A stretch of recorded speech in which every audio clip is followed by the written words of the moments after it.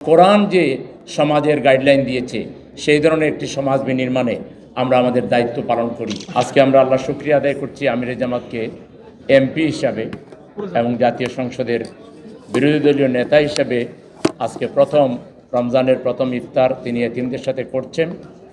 এটা আল্লাহর নবীজির সুন্নত যে তিনি এতিমদেরকে ভালোবাসতেন, এতিমদেরকে তিনি সম্মান দিতেন, এতিমদের অভিভাবক ছিলেন, বন্ধু ছিলেন। সেই সুন্নতকে পালন করি আমাদের নেতা আমাদের আমিরে জামাত প্রতি বছরই এতিমদের সাথে প্রথম ইফতার করে থাকেন।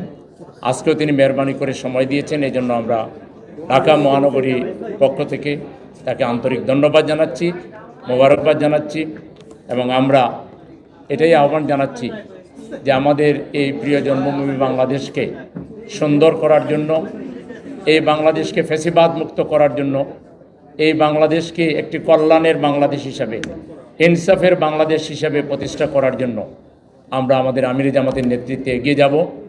আমরা সবার দোয়া চাই, বিশেষ করে আমাদের এতিম বন্ধুদের কাছে আমরা দোয়া চাই আমরা যেন একটি সুন্দর বাংলাদেশ প্রতিষ্ঠায় ঐক্যবদ্ধভাবে বাংলাদেশে আমরা কাজ করতে পারি।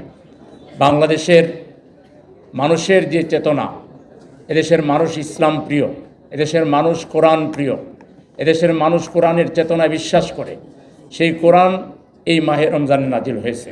আসুন এই মাহে রমজানে আমরা প্রত্যেককে কোরআন পড়ার চেষ্টা করি, বোঝার চেষ্টা করি এবং কোরআন যে লাইন দিয়েছে সেই ধরনের একটি সমাজ বিনির্মাণে আমরা আমাদের দায়িত্ব পালন করি।